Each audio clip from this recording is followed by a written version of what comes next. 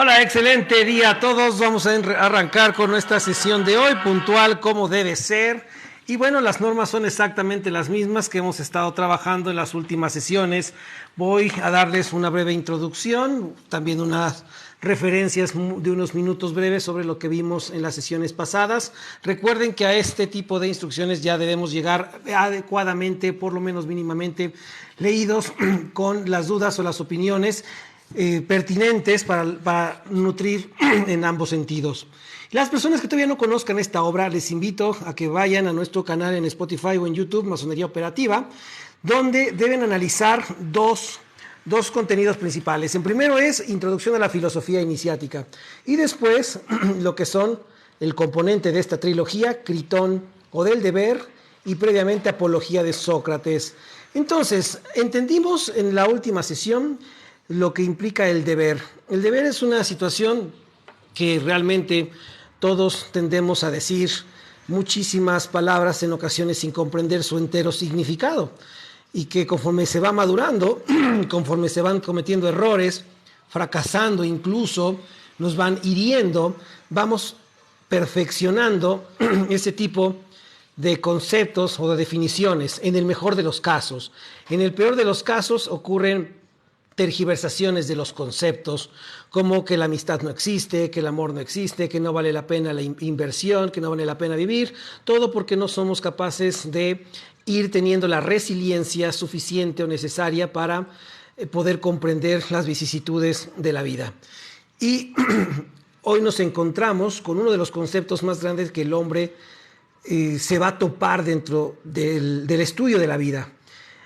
Independientemente si somos abogados, arquitectos, médicos, amas de casa, lo que fuese, vamos teniendo un interés por cuestionarnos sobre lo que es la existencia, lo que es la vida, la muerte, temas de Dios, etc.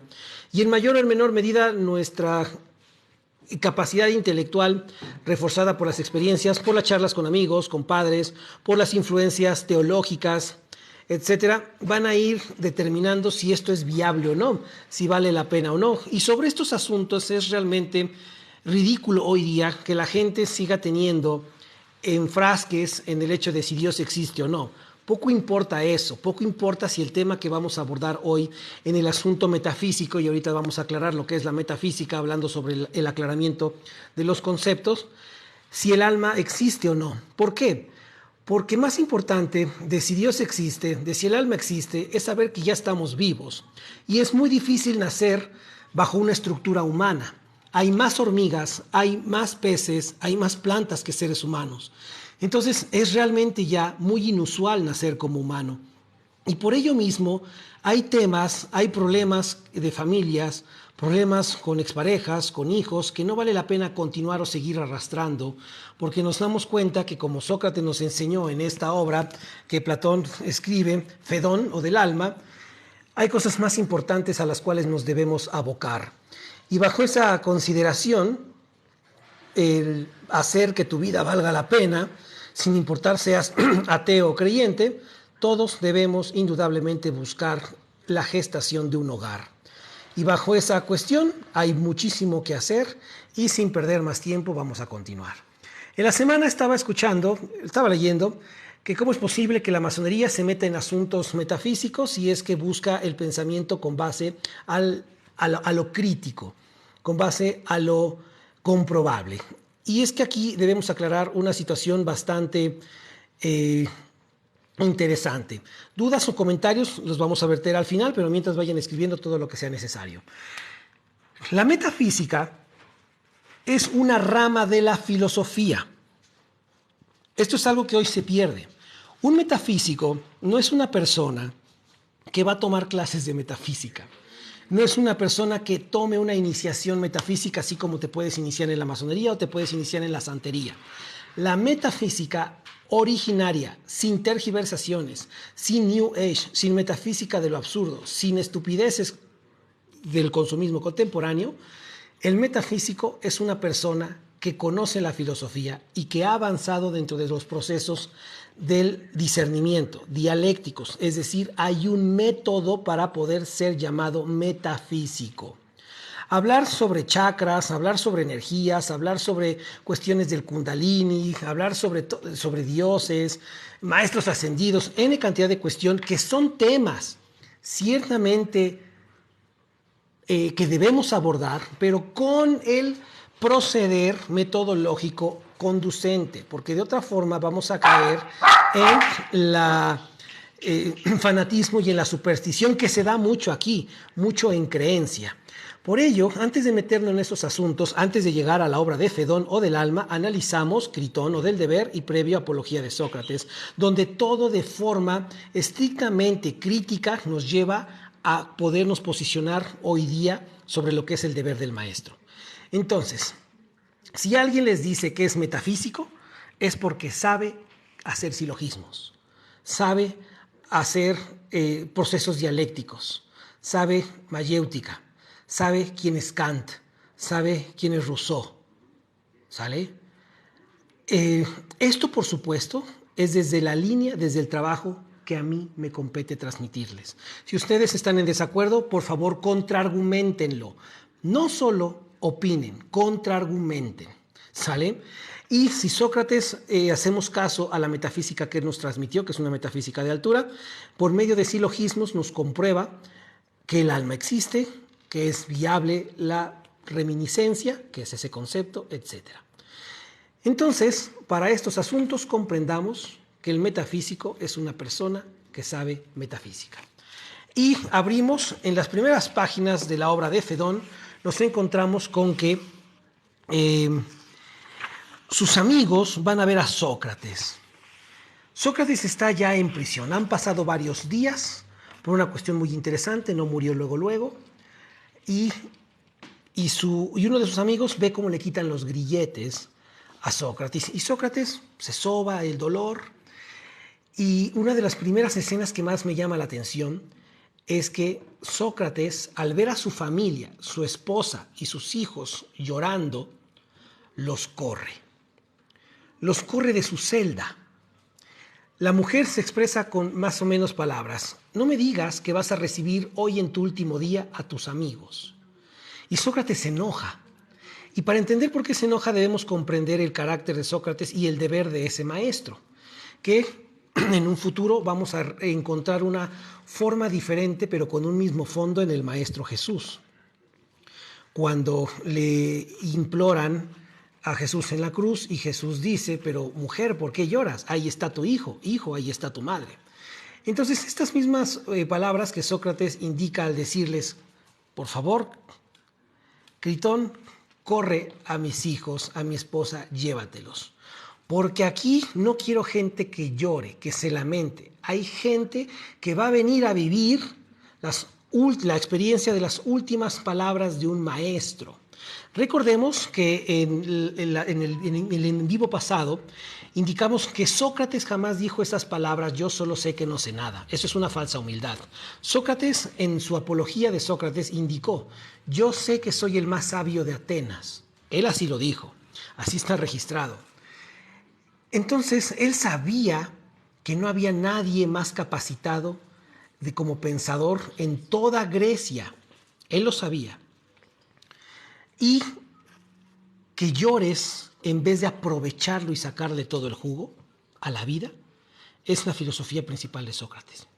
Sócrates indica que el filósofo debe estar preparado para la muerte, no teme. Y si un filósofo teme la muerte, indica que nunca fue filósofo, fue aprendiz de filósofo.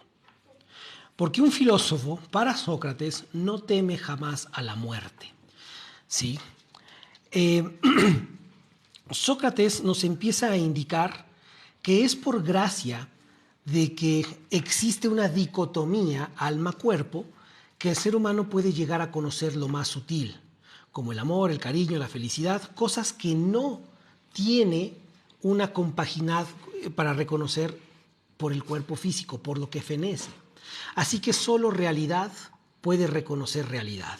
Y recordemos que uno de los primeros de 3 grandes discernimientos que toda organización iniciática o del alma fidedigna debe transmitirle a sus miembros es el discernimiento de conducir o de reconocer entre lo ilusorio y la realidad. ¿sí? Y Sócrates a este respecto empieza a comprobar cómo es posible que el alma exista. Empieza a verter 5 argumentos de los que yo me acuerdo en estos momentos, y uno de ellos implica que el cuerpo es perenne. Empieza a dar otros argumentos en que el alma es inmortal, empieza a dar un argumento sobre la reminiscencia de los mismos, que podemos comprobar o por lo menos dudar inteligentemente cuando un miembro de la música, de la facción artística como Mozart, gestó, aunque a lo mejor pueda ser simple, ciertas obras que muchos doctos en música no han podido gestar, y Mozart tenía 5 años. Recordemos que ha habido grandes avances en determinados registros científicos e investigaciones donde ha habido casos plenamente registrados donde un niño de 5 años resuelve lo que aparentemente es el crimen de cuando él en otra vida había tenido 70 años, o una mujer cuyo esposo lo mató, y todo fue esclarecido y todo fue verídico. A esto Kant le llamaba conocimiento a priori. Entonces, es importante conocer cómo la filosofía va desarrollando para encontrar diversas explicaciones en los misterios de la vida de manera progresiva, que aunque de diferente forma, sea un mismo fondo. Es decir, Sócrates habla de la reminiscencia del alma. Kant habla del conocimiento a priori, ¿sí? Y hay niños que tienen un talento increíble para tocar un instrumento. Hay niños que tienen un talento increíble para ser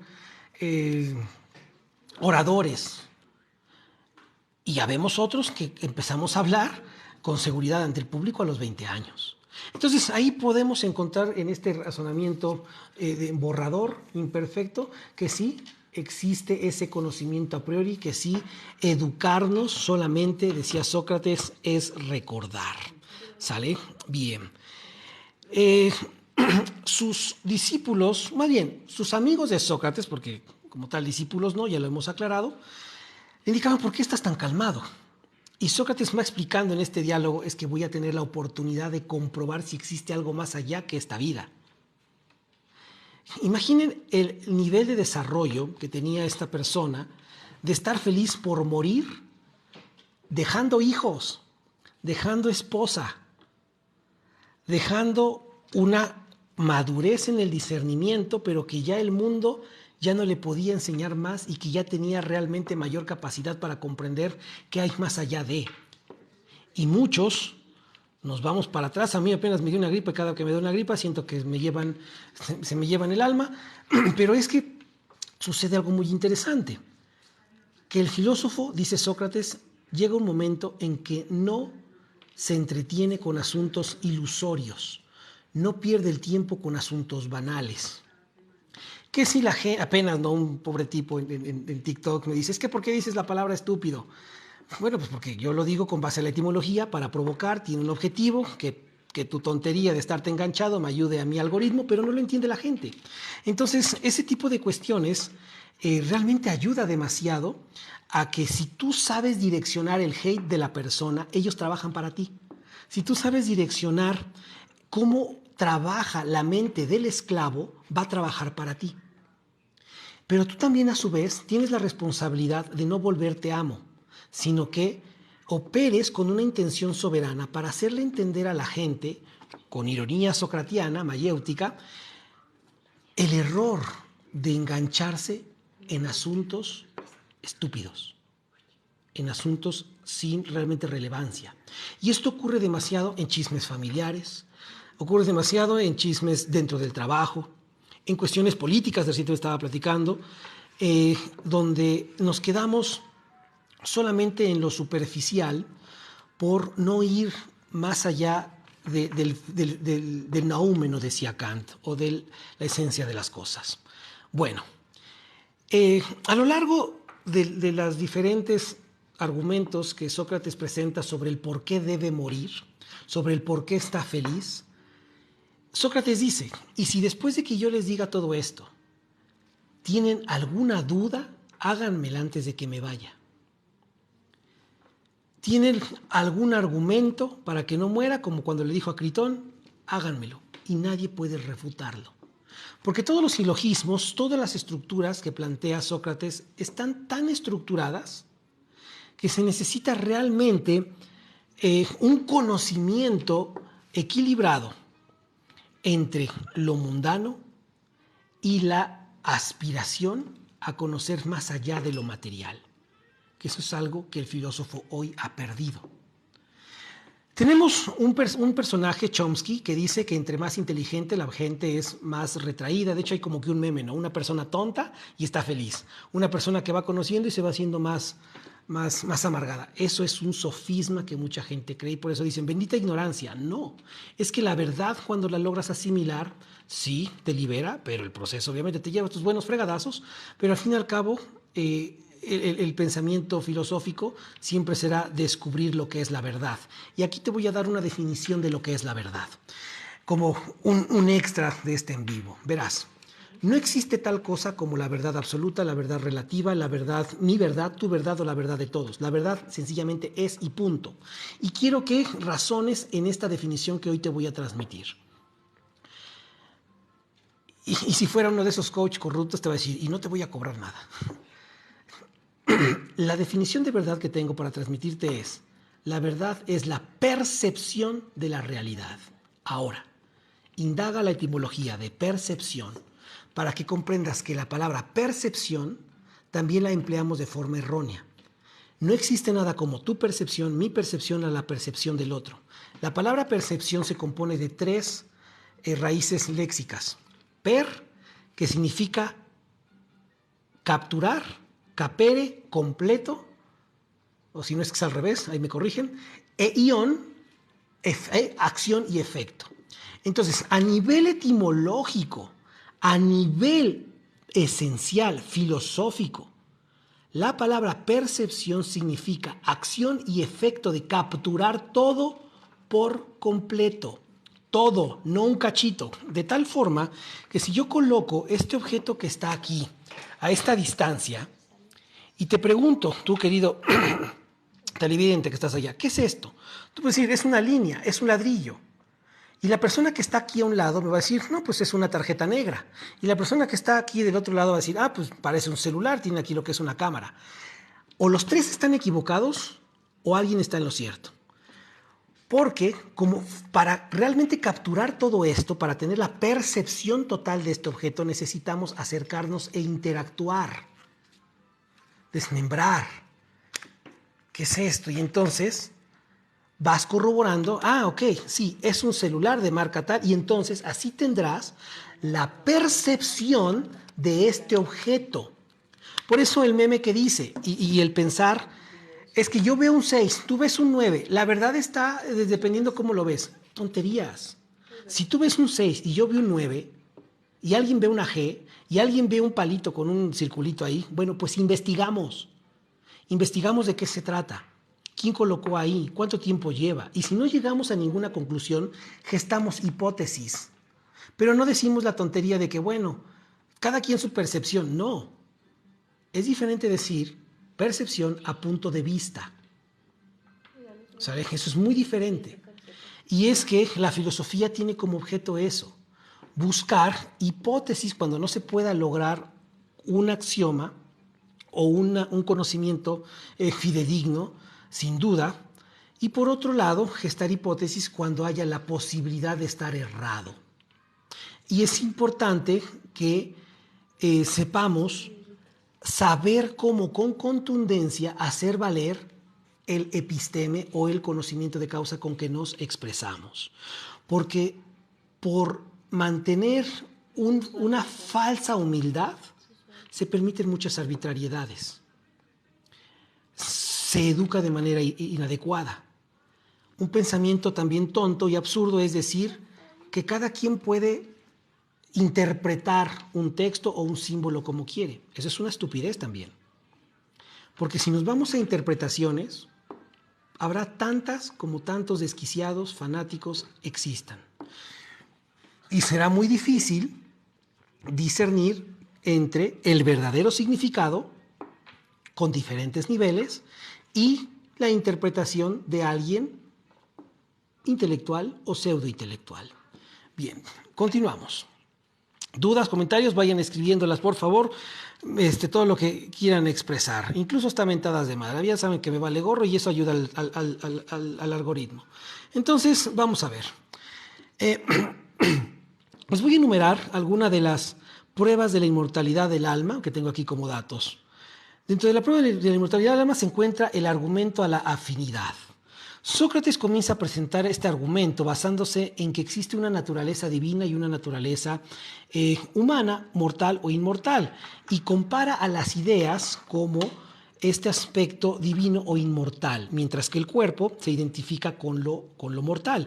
Por ello es que existen muchísimos, a falta de la educación, de la ausencia de lo que es el primer gran discernimiento, y esto nos pasa a todos, nos pasa a todos, de que nos enamoramos de un cuerpo, pero los senos se caen, la potencia sexual en el hombre disminuye entre estrés, entre genética, entre edad, entre situaciones de dolor, que si tú te enamoras del, del dulce aroma de tu mujer o de tu esposo, pero conforme pasa el tiempo, no ves más allá de sus ojos, de la compañía, del valor, pues empezarán los primeros roces con el coqueteo hacia el otro, porque no sabes diferenciar entre la realidad y la ilusión. Entonces, esto es un pensamiento sumamente poderoso para entender la inmortalidad del alma. Y es que el ser humano, la sensibilidad, decía Kant, lo sensible, solo puede comprenderse a nivel, yo lo llamo, del punto en el corazón. Porque al cuerpo solo le interesa su gratificación, comer bien, dormir bien, vestir bien, pero al intelecto, al alma, dice Sócrates, le llama y se nutre con otras cosas que no es un alimento. Dice el Maestro Jesús que no solo de pan vive el hombre, y es que encontramos, por ello, es una influencia muy grande los planteamientos de Platón para con la nueva corriente que se forjó siglos después con el catolicismo. Entender el catolicismo implica querer estudiar el platonismo.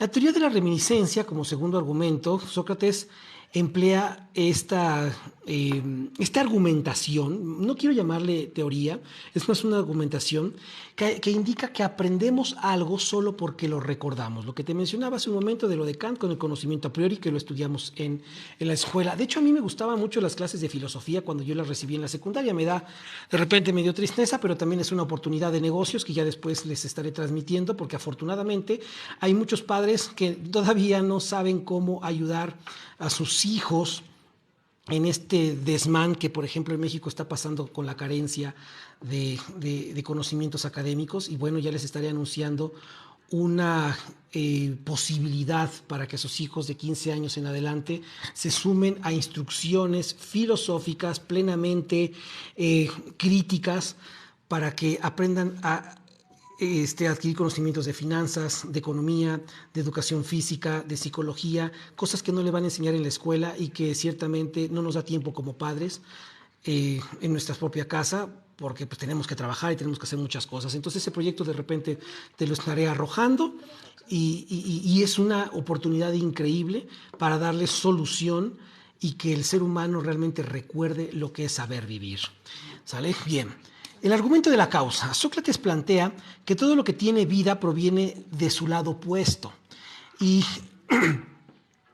ciertamente da los argumentos correspondientes por el cual considera que el alma es inmortal. Él valida y considera que el alma es la fuente de vida y que no pueden hacer vida de algo que sea eterno y que la vida tiene que morir, etc. Es el proceso clásico de ciclo. Este tercer argumento a mí no se me hace todavía tan fuerte como algunos de los otros, porque debemos analizar bien por qué se asegura que el alma es la fuente de vida. Hay una frase que quiero que anoten y que a lo mejor en otro en vivo la vamos a aclarar. La frase dice: la muerte existe por la vida existe por la existencia y la existencia existe por el ser y el ser existe por sí mismo. Determiné esa frase cuando me llegó en su momento, pues dije, oh, pues qué porro, está loco esto, ¿no? Pero después lo analizas y tiene algo realmente de cierto esta sentencia. analízala y lo debatimos en el próximo en vivo. Pero necesito que definas qué es muerte, qué es vida, qué es existencia, qué es ser, que conozcas lo que son los modelos fractales y los modelos toroidales, ¿sale? Y por supuesto lo que es la termodinámica para entender esta frase. Bien, un argumento es el argumento, un cuarto argumento por el que Sócrates demuestra la inmortalidad del alma, es el del argumento de la purificación. Sócrates sostiene que la vida es un proceso de purificación del alma.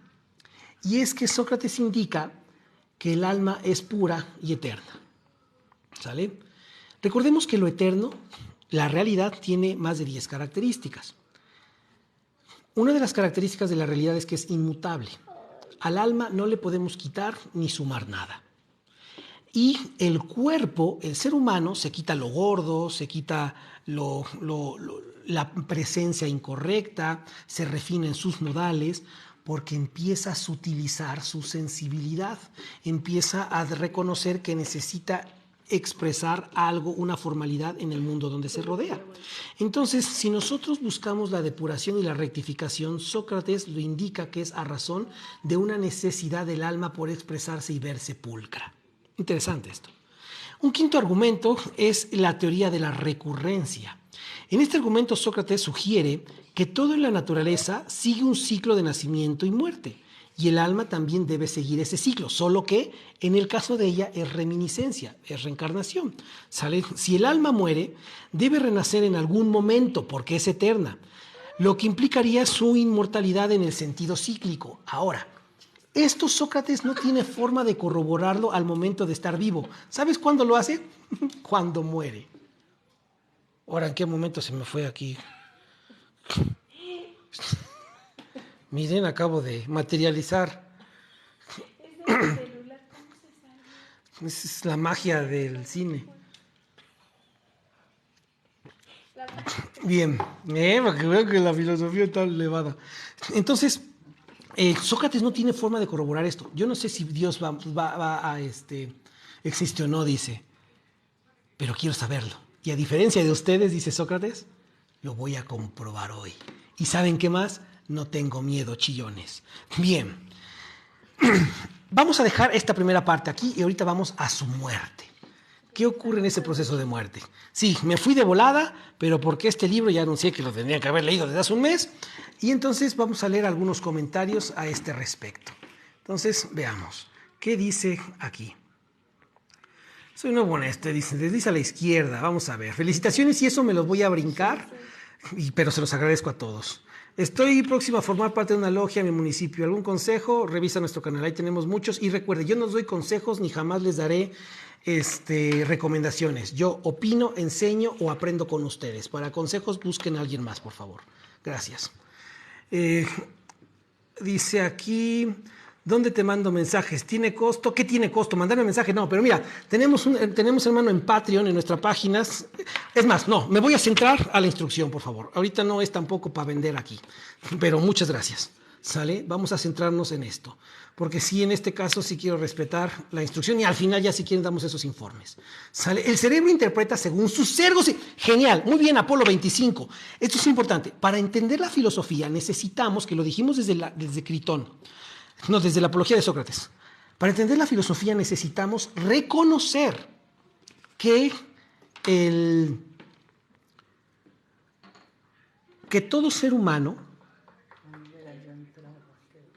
tiene sesgos, emplea determinadas falacias argumentativas, tiene miedos, tiene cosas que lo encierran, que le molestan del otro, como aquí el inadaptado Semo que dice cállate, porque algo tiene que quiere expresarse de una forma incorrecta ante un espacio que no es para responder a la falta de cariño que tuvo. Entonces, esa situación, al entender que lo que hacemos en redes sociales nos exponemos y al comentar también se exponen a la crítica. Y cuando la gente tiene un pensamiento demasiado endeble, se engancha en estos absurdos, decía Sócrates. Y eso es algo que bien que lo expresa Semo o Zétamo, porque corrobora lo que Sócrates decía. El filósofo es un individuo que no pierde tiempo en estupideces. pero sí enseña mediante el comportamiento del estúpido cómo no ser. Entonces, fíjense qué bonito es decirle a uno tonto sin decirle tonto. Se dice aquí, se tiene que alimentar todo cuerpo, alma y espíritu. Efectivamente, y por eso es el argumento de la afinidad, donde el cuerpo necesita alimento. Y hay muchas corrientes que dicen, no comas más que verduritas con sal, puras, los veganos, puro, etcétera. Recordemos que hay un equilibrio en todo. ¿Sale? El alma y el espíritu, dos conceptos muy distintos, necesitan ser devastados para saber cómo alimentarlos. El conocimiento es ese impulso con que el alma, dice Sócrates, tiene para mantenerse en el camino hacia el religare, hacia la religión. ¿Sale? Entonces, por favor, busquemos saber leer, busquemos refinar nuestra línea intelectual, ¿sí? Para que de esa forma nos expresemos con la altura necesaria en nuestra vida. Todos tenemos fallas, todos tenemos errores en el pasado, pero recuerden que con el presente es como se le hace frente a esas corrupciones que puedan ustedes estar arrastrando. Entonces, sí, es muy acertada esta cuestión de que debemos buscar el alimento que al cuerpo, al alma y al espíritu. Y repito, alma y espíritu son dos cosas diferentes y se nutren de diferente forma. Cristian, llegué tarde. No llegaste tarde, llegaste cuando debías de llegar. ¿Quién es el que está montando una logia? No entiendo. Bien. Muchas gracias, Cris. Y bien, entonces, vamos a continuar. Si el conocimiento es recordar, según Sócrates, ¿sí? Dice, según Sócrates, ¿sale? Si el conocimiento es recordar, ¿en qué punto termina la cadena de razón al buscarla? Genial pregunta, cabrón. Bien, vamos a ver. Dice, si el conocimiento es recordar, ¿en qué punto termina la cadena de razón al buscar la verdad? Sócrates a esto responde. Yo no te voy a responder como yo ahorita. Sócrates indica hasta el punto de que puedas sentirte, dice, feliz. Sócrates marca este concepto, no me acuerdo si lo enseñó en Critón, dice, el filósofo es el único ser feliz. Recordemos, si una persona tiene miedo a morir, si una persona no es feliz, no es filósofo, es aprendiz de filósofo, ¿sale? ¿Cuántos sueños con la nariz en un minuto? Sí, tengo un problema acá ahorita de gripa, disculpa Rodrigo, y sí ya vi que es molesto, pero alego a su comprensión. Entonces, debemos aclarar primero antes, la información, el libro no tiene, ningún libro tiene conocimiento como tal. La frase que dice, en los libros está el conocimiento, es mentira. En los libros hay información. Lo que nuestros padres, abuelos, suegras, cuñados, hijos, quien sea, nos transmite no es conocimiento. Nosotros lo recibimos como información. Debemos codificarlo. Conocimiento es lo que ellos emiten, ¿sale? Entonces, se vuelve conocimiento cuando nosotros lo asimilamos y comprobamos la veracidad de esto.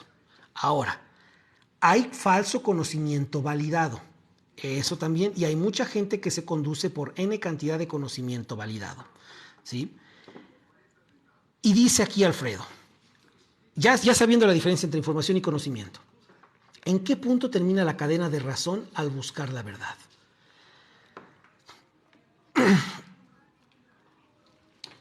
Ahora te voy a responder como yo, no como Sócrates.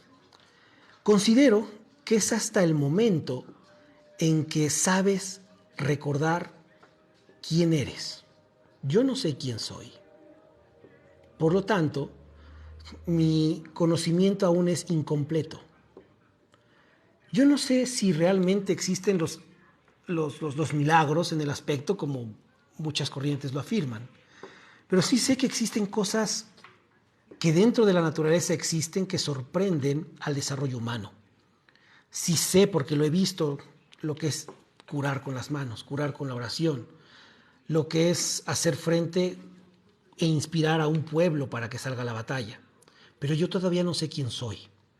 Entonces, en cuanto a la pregunta, yo te lo respondo. En mí terminaría la búsqueda del conocimiento o de la verdad cuando recuerde quién soy. La muerte solo es un camino más al conocimiento. Ahora, fíjate, Asael, esa frase, hay muchas frases que empleamos de forma arbitraria, así como el te amo, así como el sí quiero y después te arrepientes, o hay miedos que te hacen recular, etc. Hay muchísimas frases que a veces como intelectuales, iniciados menores, decimos como si realmente supiéramos de lo que hablamos. Y hay mucha falsedad en eso. Una de las cosas que a mí más me hacían sentirme falso es hablar sobre el tema de la espiritualidad sin haber forjado un hogar. Teniendo sesgos. Entonces, esa frase que tendemos a idealizar y a romantizar cuando la escuchamos de una autoridad, y el iniciado no tiene miedo a la muerte. Yo la reflexioné cuando vino el COVID, donde muchos instructores de logias que escuché decir que nada debe impedir con tu deber, descuidaron a la gente que estaban a su cargo y que no les dieron apoyo psicológico, no les dieron apoyo emocional, no buscaron reinventarse en redes sociales y descuidaron a la gente a su suerte. Y que ellos mismos estaban llorando como nenas porque un hijo se les murió. Cuando muy chingones sabían, yo los escuché decir que el iniciado no teme. Por eso hay que tener muchísimo cuidado al momento de expresar una sentencia que está muy por encima de nuestra comprensión. Pero eso solamente se logra con adversidades como estas, te das cuenta con adversidades como estas. Y por ello es que siempre les he dicho, si ustedes se van a querer entregar a la instrucción de una persona, analicen la vida de esa persona. ¿Qué hace para vivir? ¿En qué gasta su dinero? ¿Cuál fue su pasado? ¿Cómo falló? ¿Tiene hijos fuera del matrimonio? ¿Fue infiel? ¿Golpeó a su mujer? ¿Fue asesino? ¿Cómo hoy hacen frente a ese pasado? Porque si ustedes no hacen caso al instructor, van a idealizar y van a seguir validando la frase que dice lo importante es el mensajero y no el mensaje. Y yo por lo menos sí me harté de mi propia estupidez e incongruencia de aquel momento. Todavía tengo, aunque por lo menos ya le he bajado algunos escalones. Dice aquí, todo ser humano teme porque es humano, ¿no? Mira, el temor no es por ser humano. El temor es por el falso conocimiento validado, por nuestra ignorancia, principalmente. Porque hay personas que no temen ir a la guerra y defender a su patria, no a su familia, a su patria, a su territorio. Y hay otros más capacitados, más fuertes, con mejor tiro, y sí teme morir. Y los dos son humanos. Y según la enseñanza de Sócrates, en Critón, porque el primero más capacitado no tiene como deber la defensa y morir por el otro, pero el otro sí. Entonces el temor va más allá de que seas humano o no. Discutí con un gran maestro cuando tuve la osadía de corregir una frase que dijo. Rodrigo, dinos qué frase es y te voy a decir algo. Ese no era un gran maestro, era un pobre tipo, con mucho sufrimiento, porque si ustedes me dicen, es que tú dices puras pendejadas y no sé qué, pues a lo mejor sí, porque a veces sí las digo arbitrariamente para el algoritmo, otras porque si tú discutes con el necio eres tú. Tenemos un contenido en YouTube sobre la fábula del burro y el tigre. Y yo antes era muy burro. Pero quita ese adjetivo para que te desprogrames de eso, hermano. Ese tipo no era un gran maestro. Era solo un profesor o una persona que se creía maestro. Pero comparte la frase para que veamos el chisme completo. ¿Qué significa como es arriba es abajo? Eso es otro tema. Entonces la enseñanza no es dejar de temer, sino de enfrentar al temor. Chingón, Cristian, mira.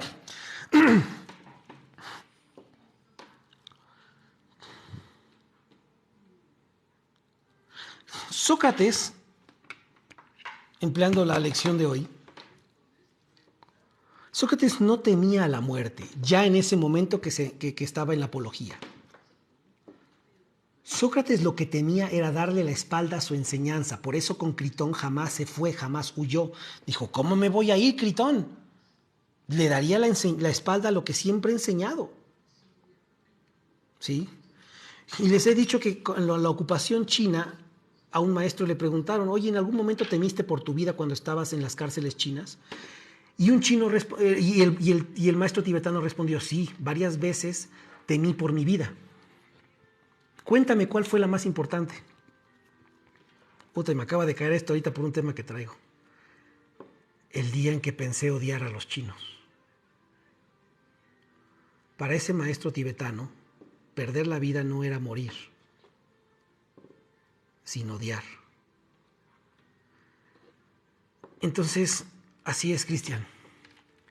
La enseñanza te enseña a vencer el temor con la prudencia y la contundencia necesaria a cualquier cosa. Por eso es que yo les transmito que la doctrina que transmito por redes sociales va enfocada a formar un hogar. Si no forjan un hogar, este camino les va a ser muy pesado. Hoy se inician, en 5 años desisten, no sabrán qué hacer con el grado 33, con el grado 96, descuidarán a su familia, no equilibrarán el todo. Y esa situación es una de las grandes problemáticas de los iniciados contemporáneos, la falta de forjar un hogar. Y cuando se dan cuenta a nivel intelectual de lo que implica el deber del maestro, temen o no poder o morir. Hablo desde mi ignorancia. En la masonería, pero hay muchos tabús. Es cierto, el cuarto Lucifer es otro tema. Después abrimos un tema sobre mitos de la masonería si quieren, pero sí es importante centrarnos en el tema, ¿sale? Gracias por su comprensión. Estoy en desacuerdo con lo que dices, pero defenderé hasta la muerte tu derecho a decirlo, Voltaire. Yo no, fíjate. Yo no. Yo me cansé de eso. Porque si una persona está diciendo mentiras y engañando a la sociedad, debemos desenmascararlo. El argumento ad verecundiam, que es la falacia de la autoridad, que dicen, es que cállate porque está hablando tu papá, porque es el abuelito, porque es el jefe. Pero si el jefe es un déspota, si el jefe está mintiendo, está robando, dice Sócrates, a los sofistas nada. Y es que la tolerancia es un antivalor. Por eso si alguien está en desacuerdo, contraargumenten. En ocasiones, no sé si sea el caso, esto sí puede decir, en ocasiones no contraargumentamos y empleamos frases como defenderé el derecho a lo que dices, no estoy de acuerdo, o tolerancia, pero no es tanto eso, es que no sabemos debatir, no sabemos cómo expresar las ideas y eso es un gran problema contemporáneo, por eso hay mucho amo abusando del esclavo. Yo por eso a mí no me quieren en muchos lugares, porque yo si un hermano dice una estupidez y yo sí lo callo. Yo ya me harté, yo ya estoy hasta la madre de que la gente la sigan engañando en el interior de sus logias. Y es que en las logias, como en templos budistas, cristianos, etcétera, como nadie los calla, como hay miedo a cuestionar, se valida un sofisma, se valida una mentira y la gente se va con esa idea, la compra. Piénsenlo, es lo que Sócrates nos transmitió en su lecho de muerte, en sus últimos días. El miedo es instinto de supervivencia. El que no teme tiene lipoido. Exactamente, sí. El miedo es un mecanismo de defensa que se puede también ir avanzando y destruyendo con la prudencia necesaria. No, gracias a ti, Walter. Hoy el tema es Sócrates, en específico Fedón o del alma. Para Sócrates, ¿cuál era el fin último de la vida? El religare. Aclaremos esto, ¿no? Cristian ya lleva tiempo aquí viendo nuestros videos. Recuerden que la palabra religión significa volver a atar con intensidad. Religión no tiene nada que ver con una institución, con un sistema de culto. Para descubrir lo que es religión necesitamos filosofía. Entonces, no existen las religiones, solo la religión. Entonces, por eso muy acertada la frase como la expresas, la pregunta, Cristian. Para Sócrates, ¿cuál era el fin último de la vida? El religare. Lo contesta, no me acuerdo, repito, si en Gritón o en la Apología. Ser feliz. Así de sencillo y completo dice, ser feliz. Y él, el conocer qué hay más allá, es lo que lo hacía feliz.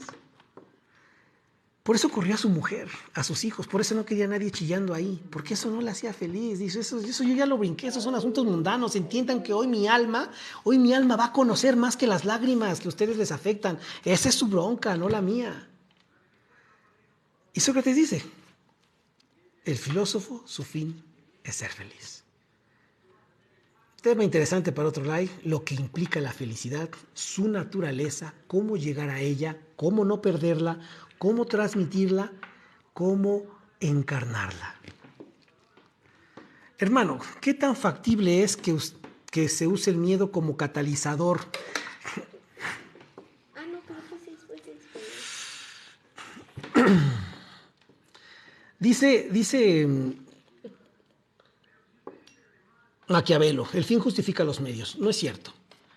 Pero si le agregamos la intención, la frase estaría un poco más completa. Y aún así habría que analizar si es justificable o no. Es necesario no infundir tanto miedo, sino las consecuencias que implicaría. Yo me gustan mucho las motocicletas. Hace como 8 meses me quería comprar una moto de pista. Nunca la compré porque yo sabía que me iba a estampar. Yo no le tengo miedo a la velocidad en moto. Le tengo miedo a la de carro. Porque en la velocidad en automóvil choco y me quedo cuadrapléjico. La de moto me muero. Entonces no viviría sufriendo cuadrapléjico.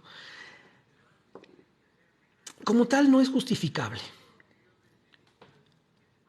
Pero ciertamente, en la forma en cómo transmitimos la educación a nuestros hijos, ellos pueden llegar a tener nuestros propios miedos, nuestros propios patrones.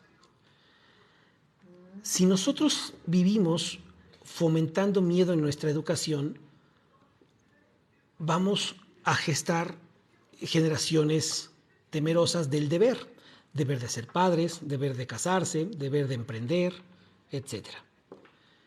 Es transmitir los efectos de lo que pudiera ocurrir. Entonces, no sería factible, aunque hubiera una intención noble, porque el enseñar, al ser un arte, tendría que hacerse lo más tendiente a la perfección. Pepito extraterrestre, ¿por qué se dicen que son satánicos? Porque nosotros lo hemos fomentado, la verdad, y hay mucho también inestable por ahí. Y en el caso personal se puede usar como un catalizador combustible para uno mismo. A lo mejor sí te funciona, para ti sí, pero por ejemplo yo tengo un hijo de 1 año y medio. Yo no le enseñaría con miedo. Él puede asimilar con miedo cuando le digo no. ¿Sí? Pero es porque él así lo asimila por mi tono, por mi forma. Y pese a que yo no tenga la intención de infundirle miedo, puede llegar a tenerle miedo a ese no. Entonces sería muy arbitrario infundir miedo hacia el otro.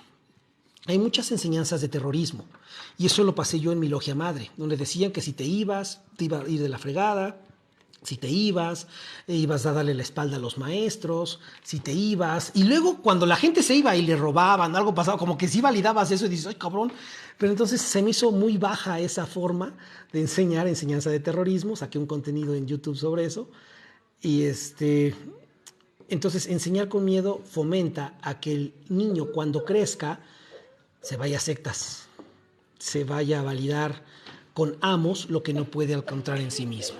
¿Sale? Última pregunta, si es que hay otra para ir avanzando. Perfecto, ya no hay. A ver, ¿dónde quedó la cadena? ¿Cuál? ¿La de Carmen?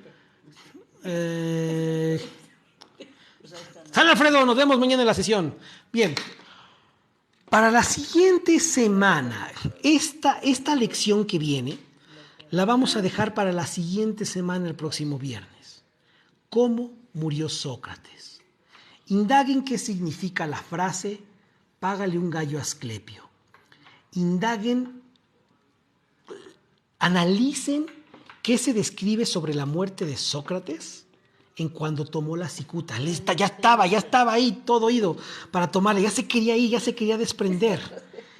Va a ser una sesión, a lo mejor sea 20 minutos, es corto de explicarla, pero que nos va a dar una clave tonal para comprender lo que es el deber del maestro y lo que es la culminación de la maestría en la tierra. Y a partir de ahí, mucha serie de preguntas van a surgir. Saben que en los en vivos no me gusta abusar de su tiempo, creo que 1 hora es más que suficiente como para que me aguanten, pero analícenlo, por favor. Analícenlo en cómo murió Sócrates, la frase que dijo, la postura corporal, qué hicieron sus discípulos, las últimas preguntas, el simbolismo tremendo que existe en esa frase, paguémosle un gallo a Asclepio. Bien, queridas mentes, muchísimas gracias. Eso es todo por hoy. Respondamos las últimas preguntas.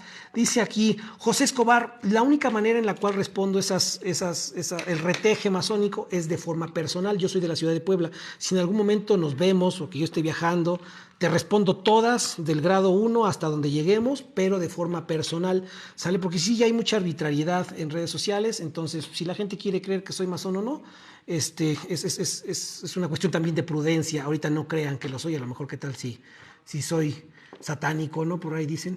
¿En qué horario estás haciendo los live? Viernes 6 de la tarde, no es siempre, pero lo anuncio unos días antes. Estoy entre columnas, querido hermano, y no me hizo caso. ¿Qué nos dice caso? Significa agradecer a la muerte. Bien. Vamos a dejarlo. No, gracias a ti, Valderamar. Tijuana. Bien, hermanos, gente, ¿dónde puedo ver los videos que no he podido ver? Métete a Masonería Operativa 33 en YouTube. Tenemos un análisis muy interesante en Spotify, Masonería Operativa también. ¿Sale? En nuestros contenidos en TikTok encontrarán esto. Y ahora sí, como una parte final, si se meten a nuestro Patreon, lo que es patreon.com/masonería operativa, pueden ingresar, pedir informes sobre si están iniciados y cómo estar dentro de nuestra instrucción que se realiza los viernes en primera cámara, martes en segunda cámara, y en agosto estaremos avanzando a una tercera cámara para que en año y medio abramos los grados filosóficos. Esto tiene diferentes características, esto tiene por supuesto diferentes ataques ya de muchos masones obsoletos que están en contra de lo que estamos realizando, pero bueno, eso nada más nos ayuda, y mientras con el análisis de ustedes que comprueben la veracidad de este proyecto, que no estamos tergiversando nada, las sesiones a distancia, no se abren ceremonias, no iniciamos a distancia, instruimos en la parte intelectual, damos un seguimiento a la gente. Realmente somos una organización masónica con un interés de avanzar en algo que no existe en el mundo, un seguimiento particular a cada uno de nuestros miembros. He fallado, por supuesto, he dañado gente, por supuesto, no lo voy a dejar. Siempre he dicho, si alguien sabe que le he dañado de alguna forma, déjenlo en los comentarios, chínguenme, me lo merezco posiblemente. También demos derecho de réplica.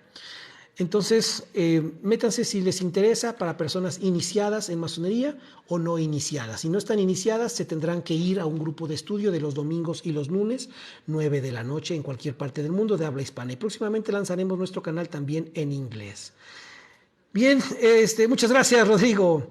Eugenia, a ti, y pronto les estaré enviando también los datos a las personas que nos solicitaron informes para la tercera cámara que se abrirá en agosto. Hermanos, en verdad, la tercera cámara ha quedado relegada de la vida masónica. O se ve mucha metafísica absurda, la palabra me encanta porque provocó esta semana, se ven muchas estupideces, se ven demasiadas arbitrariedades, no hay un método, solamente son para asuntos administrativos. Masones de tercer grado muy buenos se pierden debido a lo desgraciado que son muchos dirigentes, muchas personas que no dimensionan dirigir una logia masónica. Echen a perder sus hogares si quieren, pero no la gente que confía en ustedes. Hasta luego.